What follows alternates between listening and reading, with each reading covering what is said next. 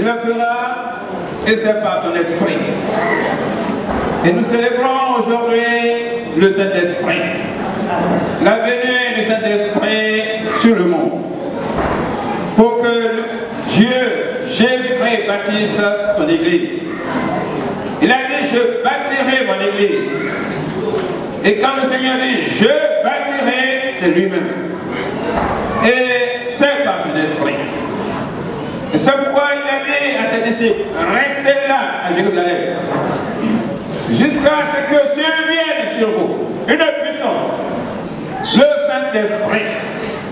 Pour que vous soyez mes témoins en Jérusalem, en Judée, dans la Samarie et jusqu'aux extrémités de la terre.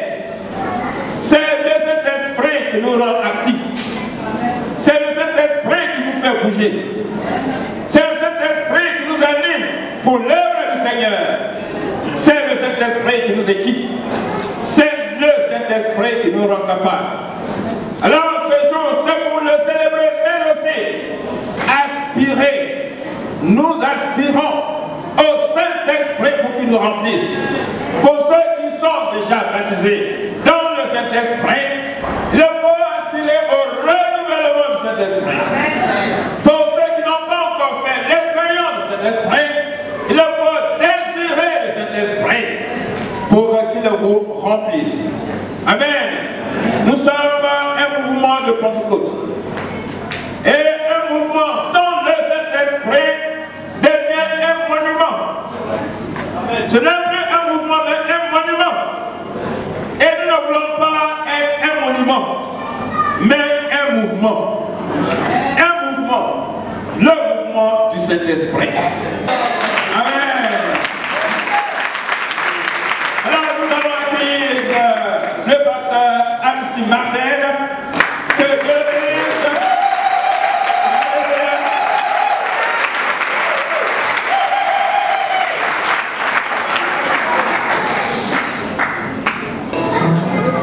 Ce n'est pas une aventure de quitter sa maison le matin, de se priver de son lit et de venir dans un lieu de culte tout simplement par plaisir, non. Parce que nous croyons à quelqu'un qui est vivant. Parce que nous croyons à celui qui ne change pas. Qui a dit, ne bougez pas, dans peu de temps viendra bien sûr quelqu'un. Parce que seul vous ne pourrez rien. Mais je sais qu'avec lui, vous y arriverez. L'Esprit que le Père a tout promis pour que nous puissions avancer. Le Saint-Esprit. Gloire à Dieu, n'est-ce pas? La fois dernière, lorsque je suis passé au milieu de vous, le court message que j'avais fait, c'était ce que j'ai, je te le donne. Vous vous rappelez? Pour ceux qui étaient là. Voilà. Ce que je te le donne. Mais aujourd'hui, c'est Dieu qui attend que vous lui donniez quelque chose. Vous allez comprendre quand je vais donner le thème de ce message. C'est Dieu qui attend que vous puissiez lui donner quelque chose. Et en retour, vous ne serez jamais déçus. Vous ne serez jamais confus. Parce qu'il est Dieu. Si c'est la première fois pour toi, alors sache que c'est une occasion à ne pas rater. C'est une opportunité que Dieu te donne pour que tu réalises qu'il est vivant, qu'il est présent et qu'il pense individuellement à toi. Si c'est la énième fois, sache aussi que Dieu a pensé à toi.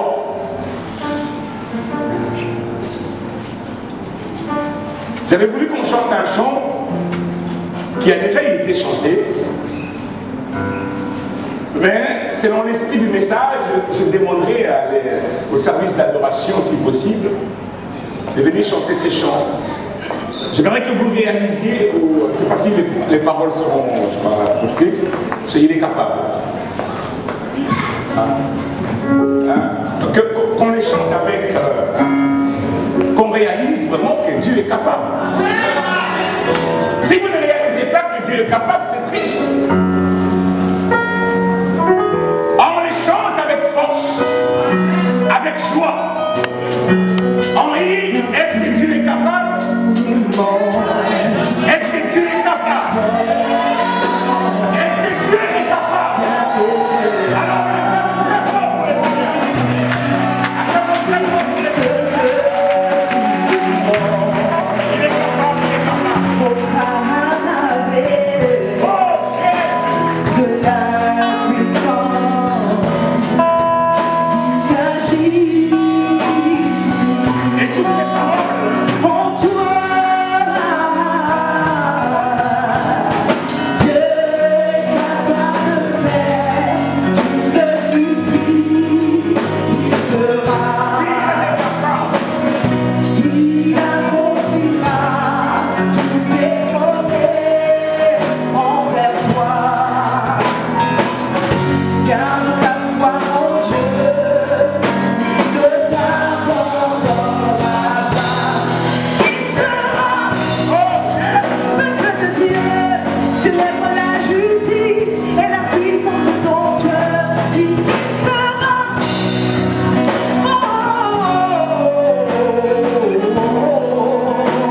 oui, ton Dieu, il est capable de faire ce qu'il dit.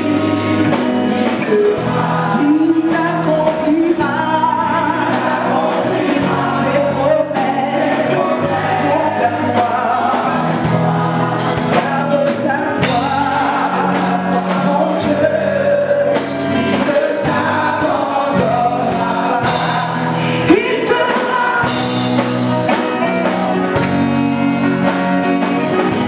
En Martial,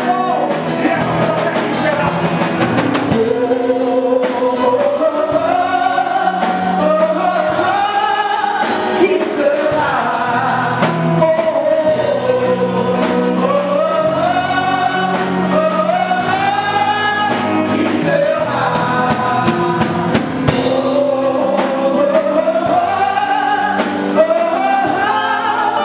Il fera. Chante ça.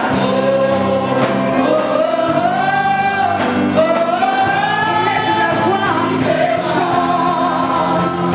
Il fera. Il fera. Il fera. Il fera. Il fera. Ce qu'il dit. Il fera. Il promet. Il fera. Car ses promesses s'accompliront. Il est le Dieu de l'impossible. Rien n'est lui est possible. Car il est juste et fidèle. De venir. Il fera. Il fera. Il fera. Il n'est pas un homme pour mentir. Car il est juste et fidèle. Garde ta foi en Dieu, il ne t'abandonnera pas.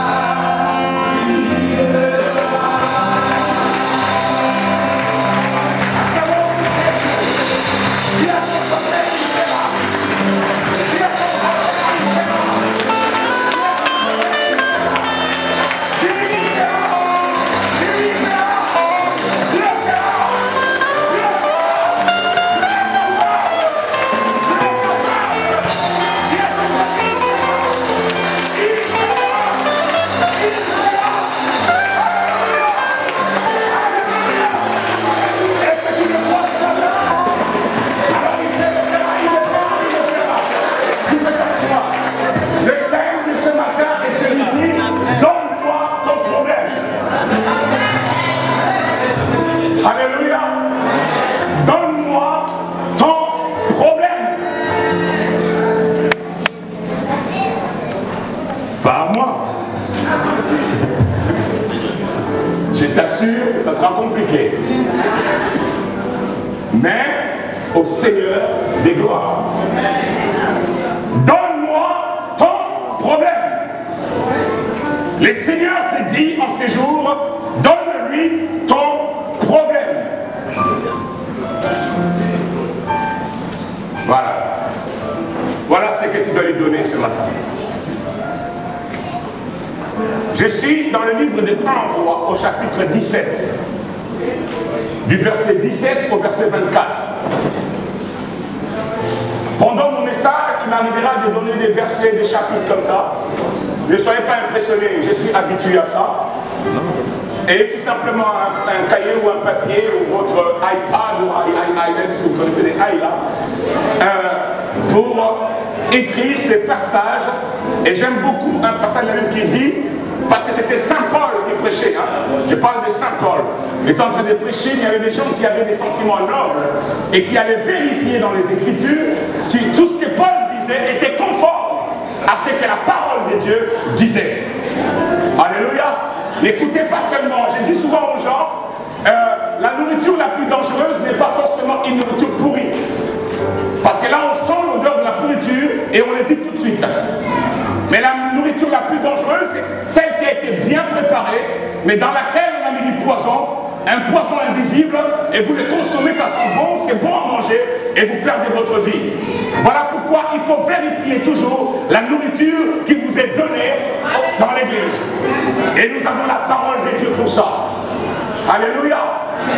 Je fais partie de ceux-là qui vérifient toujours tout selon la parole de Dieu. Et que Dieu nous fasse grâce par son esprit qui sait nous conduire dans ces domaines-là. 1 Roi au chapitre 17, du verset 17 au verset 24. La Bible dit ceci.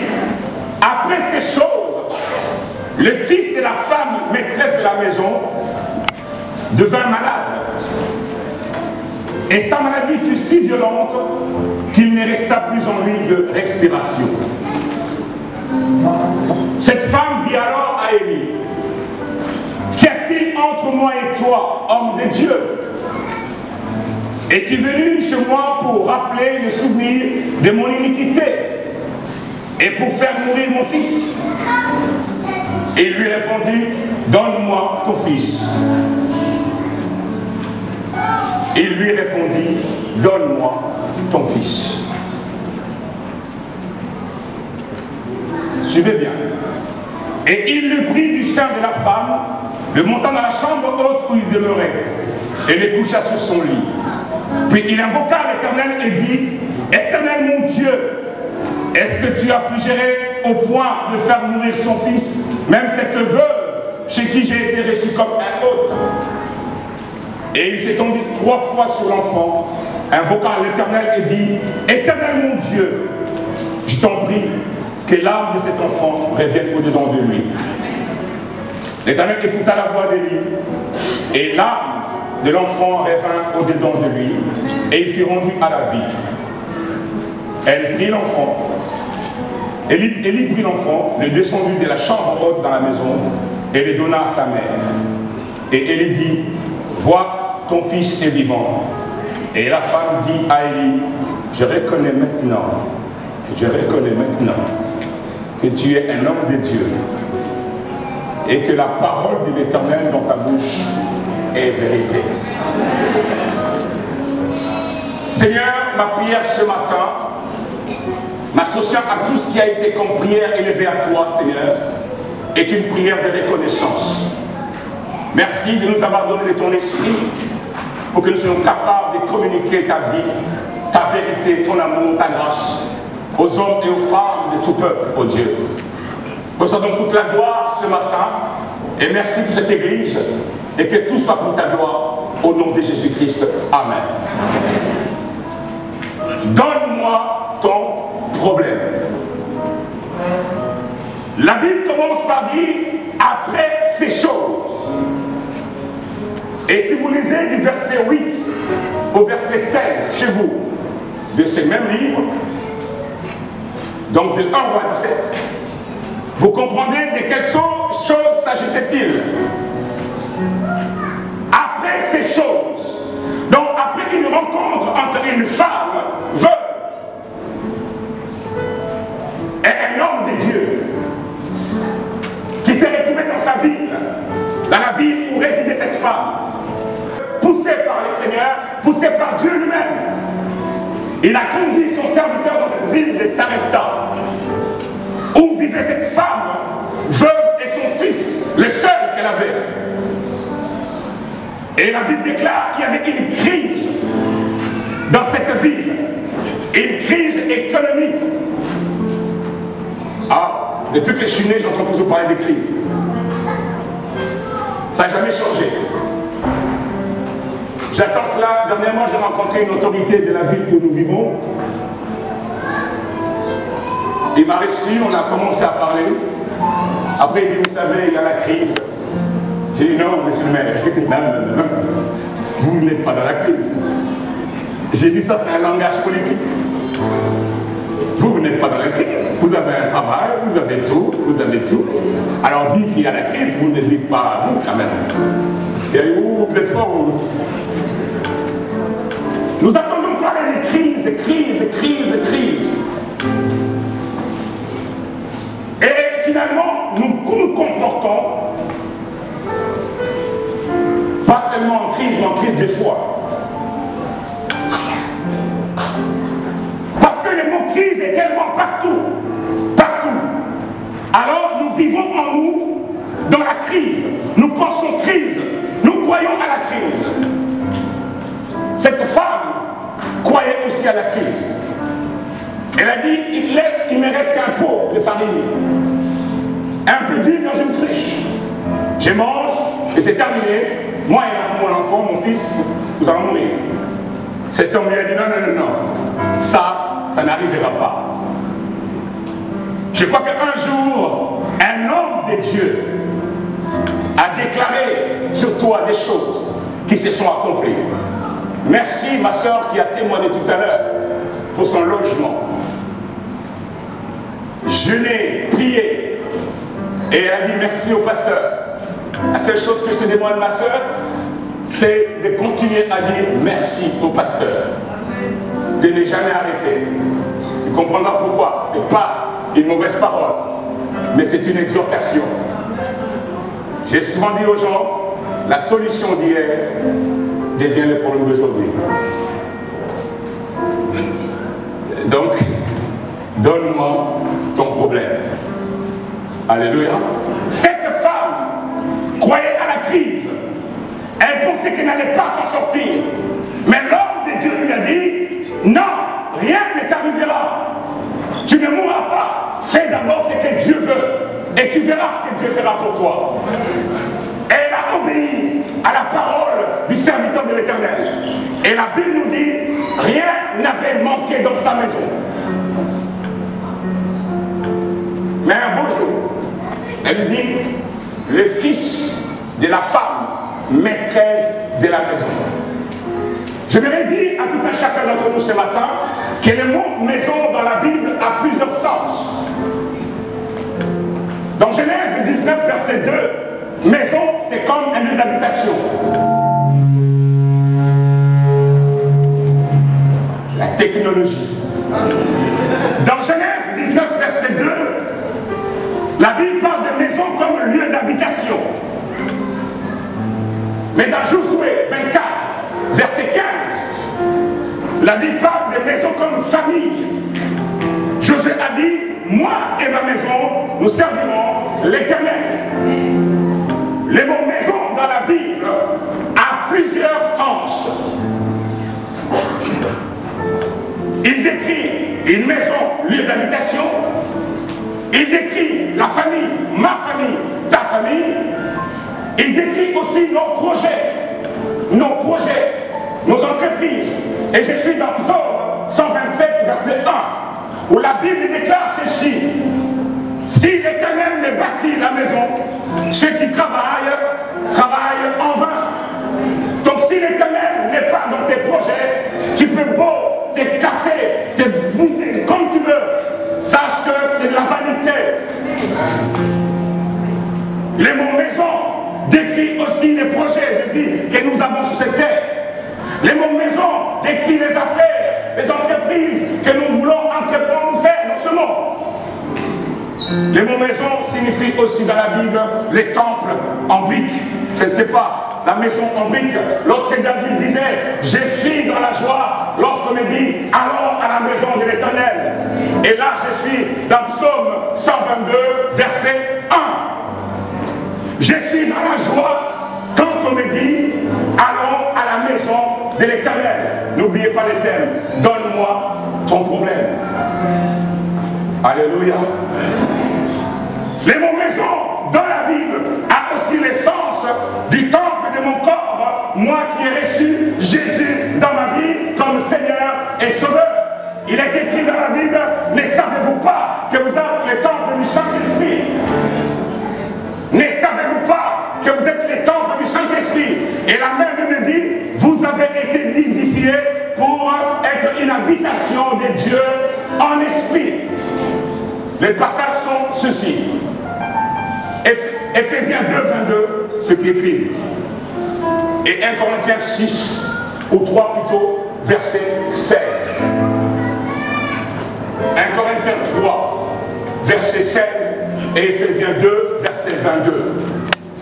Et pour terminer sur la maison, le mot maison dans la Bible a aussi l'essence de l'église locale.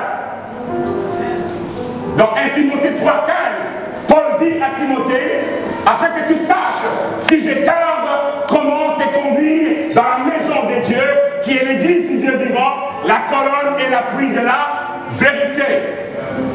Maison, maison, maison, ta maison en brique, ton appartement, maison, ton pavillon, maison, ta famille, maison, tes projets, maison, maison, ton temple.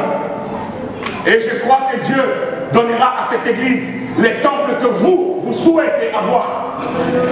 Ce que vous souhaitez avoir. Parce que c'est que je ne sais quoi qu'il souhaite que vous ayez. Parce qu'il y a un endroit que Dieu vous a réservé. Et ma prière est que cet endroit soit le vôtre. Alléluia. Ces temples-là, nous avons la liberté de célébrer, de louer, de faire tout ce que nous voulons lorsque nous avons la maison de Dieu, notre temple. Ton corps, ton église locale, c'est ça la maison. La Bible dit, le fils, la femme, maîtresse de la maison, maîtresse, celle qui maîtrisait sa maison, celle qui maîtrisait sa maison. Nous maîtrisons nos maisons. Nous maîtrisons nos maisons, nous mettons les frigos là où nous voulons, la télévision là où nous voulons, nous faisons ce que nous voulons de notre maison en brique. Et il arrive aussi que nous maîtrisions nos maisons, nos projets. Je vais faire ceci, je vais faire cela, je vais faire ceci, j'irai là-bas, je donnerai comme ceci, je donnerai cela, je sortirai 10 000, 15, 50 000 en banque, je donnerai. Nous maîtrisons ces choses. Les fils de la femme, maîtresse de la maison. Être maîtresse ou maître, c'est avoir la maîtrise des choses. Cette femme maîtrisait sa maison. Comme toi, tu maîtrises ta maison. Tu maîtrises certainement ta famille. Gloire à Dieu. Tu maîtrises bien ta famille. Gloire à Dieu. Tu maîtrises bien ta vie chrétienne dans le sens où tu fais tous les efforts pour marcher selon ce que Dieu attend de toi. Gloire à Dieu. Tu arrives à maîtriser toutes ces maisons-là. Merci Seigneur. Mais la Bible dit ceci, le fils de la femme, maîtresse de la maison, devint malade. Au point où il n'y a que se retrouver des respirations en lui. Elle était maîtresse de sa maison. Mais elle n'était pas maîtresse des circonstances de sa maison. Elle était maîtresse de sa maison. Mais elle n'était pas maîtresse des circonstances de la vie de sa maison. Que ce soit la maison en brique, que ce soit la maison famille, elle ne maîtrisait absolument rien. Y a-t-il quelqu'un qui me reçoit? Elle était maîtresse de sa maison. Elle maîtrisait sa maison. Elle maîtrisait son fils. Elle maîtrisait certainement ses affaires, comme toi. Elle maîtrisait beaucoup de choses. Gloire à Dieu. Mais laissez-moi vous dire, nous pouvons tout maîtriser, mais nous n'avons pas la maîtrise de notre propre vie et nous n'avons pas la maîtrise des circonstances liées à notre vie. Je vous donne certains passages de la Bible. Dans Ecclésiaste 8, la Bible dit, l'homme n'est pas maître de son souffle pour pouvoir le retenir. L'homme n'est pas maître de son souffle pour pouvoir le retenir. Et dans Ecclésiaste 9, verset 11, la Bible dit, j'aime beaucoup ces passages. Ce n'est pas aux agiles de gagner la course. Ce n'est pas aux savants, ce n'est pas aux sages de gagner du pain. Ça, c'est moi qui traduis comme ça. Mais c'est ce que ça parle. Ce n'est pas aux agiles de gagner la course. Ce n'est pas aux vaillants de gagner la guerre. Ce n'est pas à ceux qui sont savants, de pouvoir, ou intelligents, de gagner. C'est que la Bible veut dire, plus loin, tout dépend pour eux des temps et des circonstances. Donc, ces gens-là qui sont agiles, tout dépend pour eux. Nous avons vu Ribéry, il joue bien, hein? Ceux qui aiment bien le foot. Il joue bien, mais il n'ira pas au Brésil. Pourtant, il joue bien. Moi, je ne regarde pas le foot, je regarde les infos.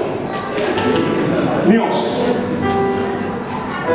Il joue bien, mais il n'ira pas au Brésil. Ce n'est pas aux agiles de gagner la course. Ce n'est pas aux vaillants de gagner la guerre. Tout dépend pour eux des temps et des circonstances. Ce qui sous-entend, lorsque Ribéry ou Deschamps étaient sûrs que Ribéry allait participer à la Coupe du Monde parce qu'il maîtrisait son dossier, sa sélection, mais il ne maîtrisait pas les circonstances de la vie de Ribéry. Y a-t-il quelqu'un qui me reçoit? Le Seigneur dit, donne-moi ton problème. Nous sommes maîtres de nos maisons, gloire à Dieu, mais nous ne sommes pas maîtres de nos vies. Et nous ne sommes pas maîtres des circonstances liées à nos vies. Nous ne les sommes pas.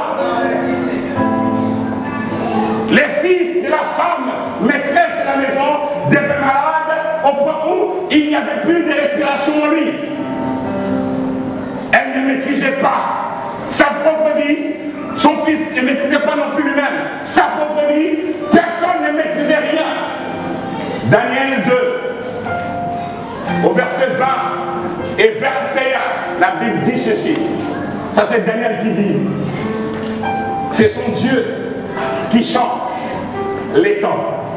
Est-ce qu'on peut acclamer pour le Seigneur? Est-ce qu'on peut acclamer très fort pour Dieu? Alléluia! Alléluia!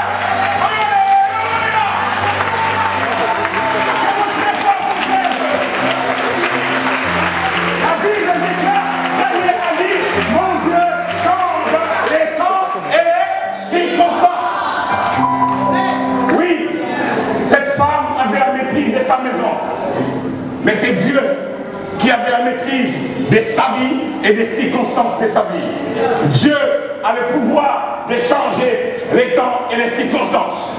Lorsqu'il décide que cela te devienne défavorable, même si tu es fort, même si tu es costaud, même si tu es intelligent, même si tu es savant, même si tu es agile, tu ne gagneras rien. Dieu a le pouvoir de changer les temps et les circonstances. Parce que c'est lui qui est le maître de temps et de circonstances. Les disciples ont dit, mais qui est cet homme à qui obéissent comme les vents? Ils ne savaient pas que c'est lui qui avait créé les vents. C'est lui qui avait créé les tempêtes. C'est lui qui était à l'origine de tout et il maîtrisait tout. Oui. Y a-t-il des choses que tu ne maîtrises plus chez toi? Oui. C'est dur. Tout a changé du jour au lendemain dans ta vie. Oui. Ça t'est arrivé, ça m'est arrivé aussi. Là, cela venait d'arriver à un homme de Dieu dans la Bible.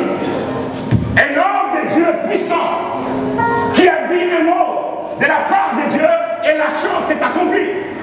Parce qu'il a dit non, tu ne mourras pas, il n'y aura pas les crises dans ta maison.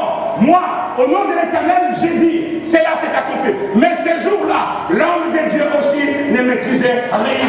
Oh! Oh! Pasteur, merci. Parce que pasteur, tu as prié avec moi. Voilà, aujourd'hui, je suis marié. Je suis marié. Je suis marié. Je suis marié. Gloire à Dieu. Pasteur, merci. je te dis merci aussi. Pendant plusieurs mois, cet homme de Dieu a travaillé. Toutes les semaines, je crois. Toutes les semaines, une fois par semaine, si j'ai bonne mémoire. Il a travaillé pour conduire ce couple à son arrière. Gloire à Dieu, acclamez très fort pour cet homme.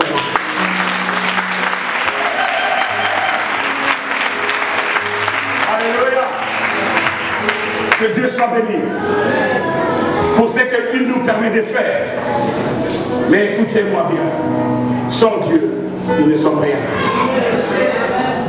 Sans la révélation et la capacité et les sources que Dieu nous donne, nous ne pouvons rien. Il a dit aux disciples, restez là, ne bougez pas. Si vous bougez comme ça, on va vous saccager. Une puissance survenant pour vous, le Saint-Esprit, voilà. Grâce à son esprit, grâce à la sagesse de son esprit, grâce à l'intelligence de son esprit, grâce à la puissance de son esprit, grâce à sa parole, nous arrivons par sa grâce à faire beaucoup de choses. Ça, je le crois. Un homme de Dieu qui n'arrive pas par la grâce de Dieu à faire beaucoup de choses doit s'examiner. J'ai toujours dit, il y a des serviteurs de Dieu et des serveurs de Dieu. C'est pas pour parler mal, non. Vous savez, un serveur dans un restaurant, il ne goûte pas ce qu'il sert aux gens. Il va prendre chez les cuisiniers, les chefs, et il va mettre à table. Lui-même, il ne sait pas s'il y a trop de sel ou pas, s'il n'y a pas de sel ou pas. Ça, c'est un serveur. Un serviteur, il sait qu'il a un maître. Et ce maître lui apprend d'abord à lui, afin que lui, à son tour, donne. Sois serviteur de Dieu. Amen. Parce que si tu es serveur, regardez la situation qui est arrivée à un serviteur de Dieu. Les serveurs fuient lorsque les choses tournent au vinaigre. Cette femme est allée vers elle, alors qu'on a dit au commencement, après ces choses, cette femme est allée vers cet homme. Il a dit, qu'est-ce qu'il y a? Qu'est-ce que tu es venu faire chez moi? Ah bon? Mais pourtant, on a eu le logement, non, ma soeur? Dieu nous a donné un logement. Elle est où? Ah, gloire à Dieu, s'occupe de sa maison. Maison projet de Dieu. Gloire au Seigneur. Il faut lui dire qu'il y aura quelques difficultés. Mais qu'elle garde cette confiance qu'elle a reçue. Et grâce à la part de Dieu, et Dieu ne change pas. Dieu ne change pas. Mais comment, homme de Dieu, qu'est-ce que tu es venu faire dans ma maison? Elle a oublié que c'était une rencontre céleste. C'était quelque chose que Dieu avait arrêté. Parce que Dieu arrête les temps et les circonstances qui nous sont favorables. Et là où nous oublions vite. Rappelez-vous du peuple d'Israël. Dieu était toujours en train de leur dire, souvenez-vous. Parce que c'est un peuple qui oubliait vite. Ils pouvaient sauter, danser aujourd'hui, 2, 3 jours, une semaine après, lorsqu'une autre circonstance se présente, ils oublient que Dieu avait agi. Nous oublions vite. Elle a oublié que cet homme avait dit que dans sa maison, rien ne manquera. La crise financière ne frappera pas. La crise économique ne frappera pas. Elle a oublié ça. Elle a vu la main de Dieu. Lorsque nous rencontrons les hommes de Dieu, au départ, c'est la lune de miel, quoi. C'est beau. C'est extraordinaire. Mais après, ça devient la lune de vinaigre.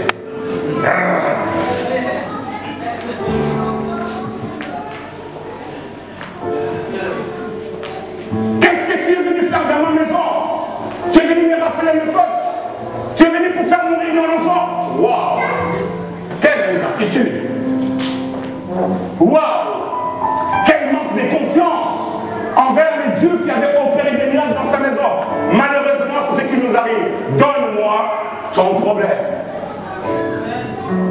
J'ai dit ce matin, donne-moi ton problème. Oui, je sais que c'est difficile. Je sais que ce n'est pas facile. Cela n'avait pas été facile. Un seul fils. Vous savez, le mot fils, c'est différent du mot enfant. Si vous lisez bien, Ésaïe 9, verset 5, la Bible dit ceci, un enfant vous est né, Mais ce n'est pas un enfant qui nous a été donné. Mais c'est un fils qui nous a été donné. Vous savez la différence qu'il y a entre un enfant et un fils? Je vais faire bref. Un enfant est conduit par le père. Il faut toujours être là à côté de lui. Sinon, il risque de s'égarer.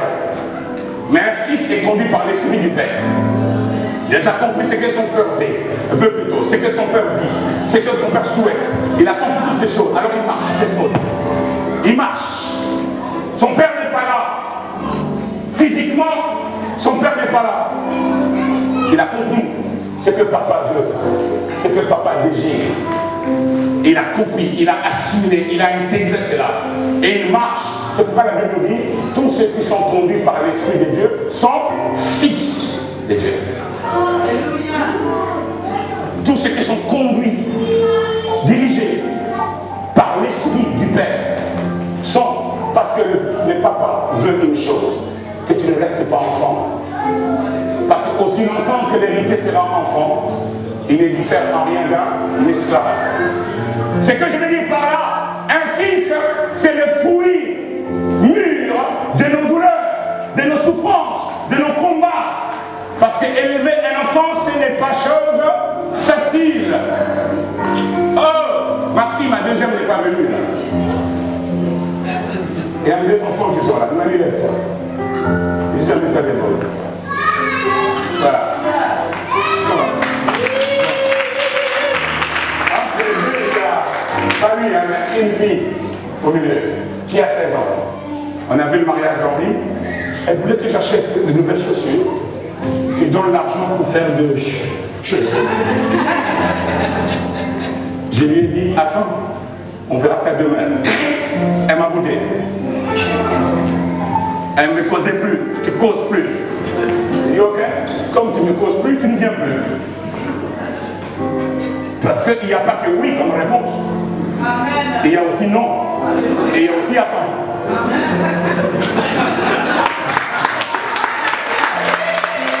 Alléluia. Et dit dans ce cas, tu ne viens pas, tu restes. Comme tu ne sais pas, tu restes. Elle est restée.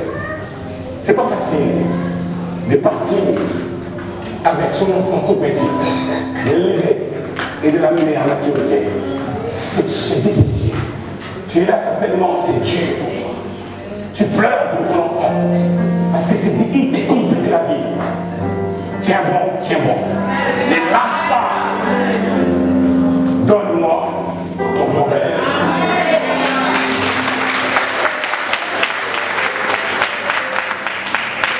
Le fils est celui qui sait ce que le père veut. Y a-t-il quelqu'un qui me comprend là? C'est le fruit mûr de nos souffrances, de nos pleurs, de nos difficultés, de nos solitudes. C'est ça le fils. Quelque chose, tu t'es battu pour ça. C'est ça le fils. Et le fils de la femme maîtresse de la maison était mort. Tu t'es battu pour quelque chose, pour ton projet, pour ton travail, pour ta maison, pour ton église, pour je ne sais quoi, pour ta vie chrétienne. Tu t'es battu. Un jour, tu as l'impression que plus rien ne marche. Donne-moi ton problème. Et c'est comme ça que, voilà, elle était là, elle ne croyait même plus. Elle ne croyait même plus. Je te comprends. Quand c'est compliqué, quand tu ne comprends plus rien, comment je vais à l'église, je prie, le pasteur est là, il vient chez moi à la maison. Il faut prier pour elle. Il vient chez moi à la maison. Mais pourquoi? Qu'est-ce qui se passe? Qu'est-ce qui se passe? Dieu, où es-tu? Dieu, où es-tu? Mes amis, je sais c'est quoi. Croire en Dieu, prier Dieu et ne rien voir. Tous ces gars, tout tourne, tu ne comprends plus rien. Est-ce que Dieu existe? Oui, j'ai une bonne nouvelle pour toi. Dieu existe. Dieu existe. Que personne ne te trompe. Je n'ai pas moi d'énergie à gaspiller pour quelqu'un qui n'existe pas. Je n'ai pas d'énergie à gaspiller pour quelqu'un qui n'intervient pas. Je n'ai pas d'énergie à gaspiller pour quelqu'un qui n'agit pas. Je n'ai pas d'énergie à gaspiller pour quelqu'un qui ne prétend pas.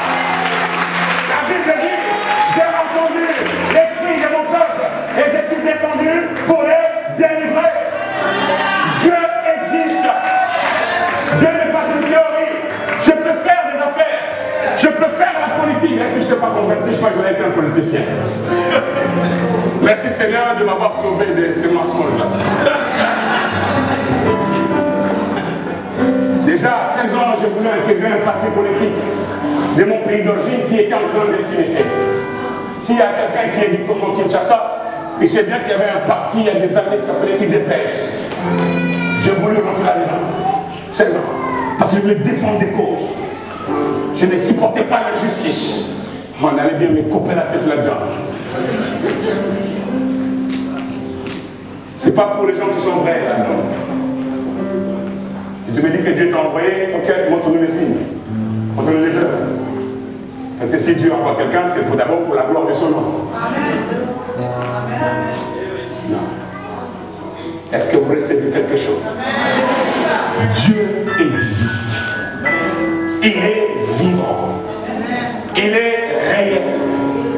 Comme je te vois, comme tu me vois, dans l'invisible, il y a quelqu'un d'immensément grand et illimité qui s'appelle Dieu.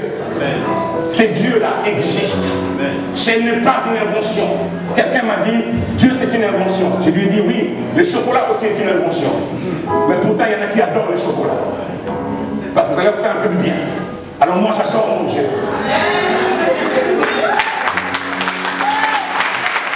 Dieu existe. Si tu ne crois pas en Dieu, je te dis avec amour, tu es l'être le plus malheureux. Mais cette femme, c'était tellement dur qu'elle a douté. Vous savez ce que l'homme de Dieu lui a dit? Il n'a pas commencé à s'expliquer. Tu sais, regarde, quand je suis venu dans ta maison, il ne restait plus qu'un pot de farine. Et il n'a pas dit, donne-moi ton fils. Donne-moi ton problème. Donne-moi ton fils. Moi, je ne suis pas là pour que tu me racontes ton problème. On va briser tout ça. On va casser tout ça.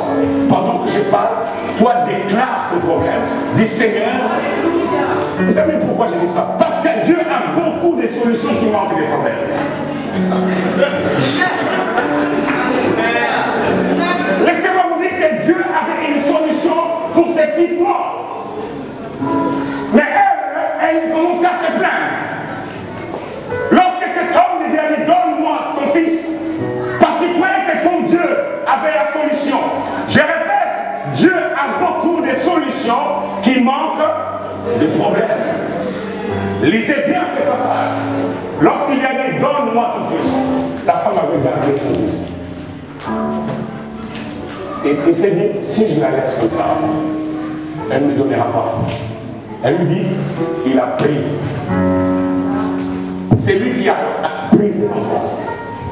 C'est lui qui a pris d'arracher l'enfant. C'est mon problème. C'est mon problème. De toute façon, c'est mon problème. Moi, je sais comment je vais le régler. Tu ne régleras rien. Et il y a des problèmes que tu n'arriveras pas à régler. Il faut qu'il y ait une intervention. Parce que je tiens à vous dire, dès qu'il y a une situation, deux mondes s'élèvent. Il y a un monde qui veut utiliser cette situation pour nous décourager, pour nous détruire, pour nous pousser à l'échec. Lorsqu'il y a une situation, deux mondes s'élèvent et veulent récupérer la situation. Et heureusement que de ces deux mondes, il y en a un qui est dirigé par les Tout-Puissants. Et c'est lui qui a dit ce matin, donne-moi ton problème. Donne ton problème à Dieu. C'est facile de donner notre problème à la casse. Ceux qui ne sont pas des France. La casse, c'est caisse d'allocation familiale. Je connais des gens qui sont devenus radins parce qu'il n'y a pas d'aide au logement. Comme il n'y a pas d'aide au logement, et comment on nous a configuré? Sans l'aide au logement, je deviens radin. Je ne peux pas aider quelqu'un parce que tu sais, je n'ai même pas d'aide au logement. C'est quoi cette histoire? Aide au logement ou pas? Si Dieu ne t'avait pas donné le souffle de vie, tu allais loger quelque part. Il est facile de prendre notre problème et de courir. Merci Seigneur pour ces gens. Merci Seigneur. C'est une organisation humaine. Gloire à Dieu. Les salaires en France, ça s'appelle comment? Salaire minimum interprofessionnel cautionné. SMIC. Salaire minimum. Donc ce n'est pas un maximum. Salaire minimum. Donc les 2 bouts du mois, difficile à joindre. C'est minimum.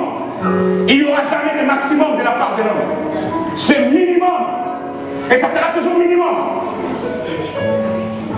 Mais avec Dieu, l'homme fait sa part et lui, il fait la sienne. Il y a des problèmes que tu n'arriveras jamais à résoudre parce qu'il faut l'intervention du Très-Haut. Parce que les démons se déchaînent contre toi. Parce que la malédiction veut t'empêcher de saisir tes bénédictions. Parce que la malédiction signifie celui qui est programmé pour échouer. Quelqu'un de maudit, il est programmé pour échouer. Dieu est là. Donne ton problème. C'est quoi ton problème? C'est quoi? L'argent? C'est quoi ton problème? Quoi? Un problème matériel? Pendant que je parle, réfléchis. Nos pensées sont maintenant devant Dieu. C'est quoi ton problème? Il est familial? C'est quoi ton problème? Il est social? C'est quoi ton problème? Il est spirituel? C'est quoi? Quelle est cette situation? Cette difficulté pour laquelle il faut absolument une solution. Mais la solution qui s'impose, c'est quoi ce problème? Ce soir, j'ai la solution de Dieu pour toi. Moi, je le crois. Jamais Dieu ne m'a déçu. C'était difficile. C'était dur. C'est difficile. Mais Dieu ne m'a jamais déçu. S'il vous plaît, s'il vous plaît, ne vous accrochez pas à votre fils. Non.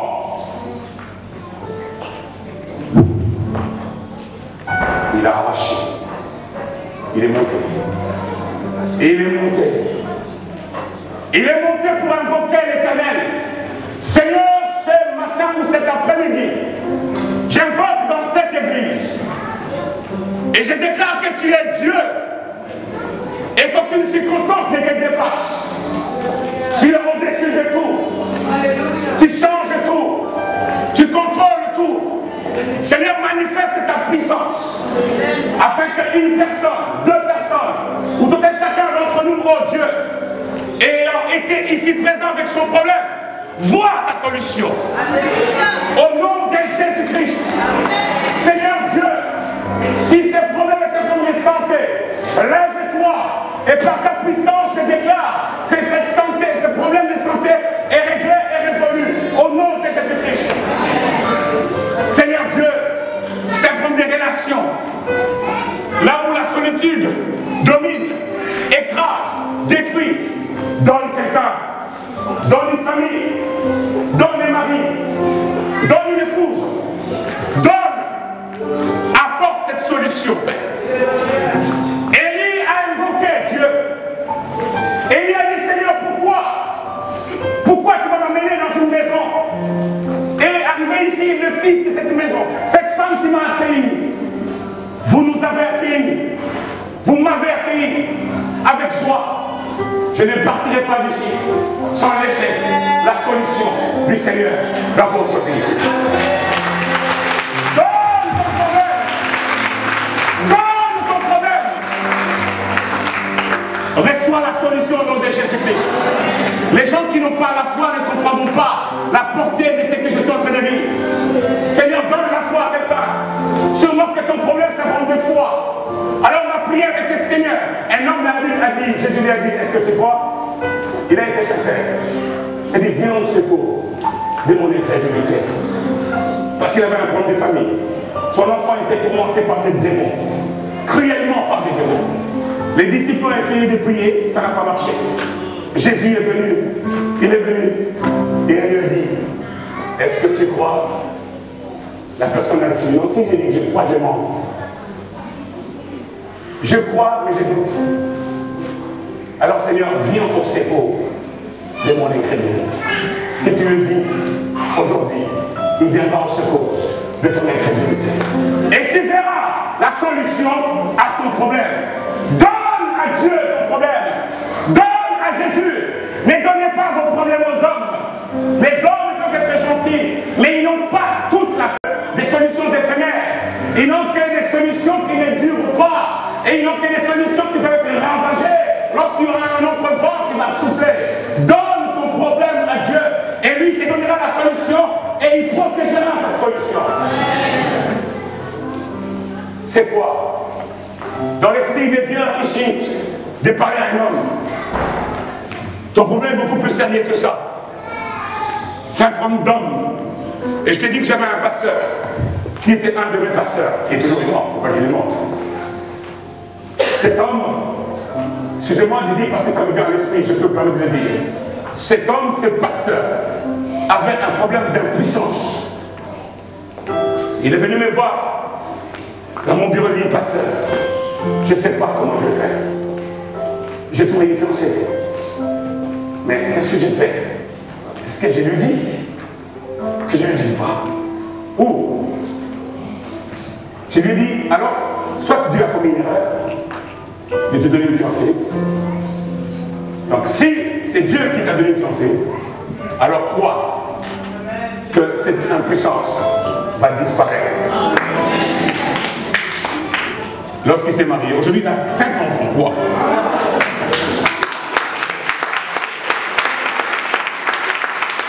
Tu l'as vu, non? Aujourd'hui il a 5 enfants. Ce problème est réglé. Tu te connais, ce problème est réglé. Reçois la guérison. Et il est descendu avec le Fils ressuscité. Il a donné.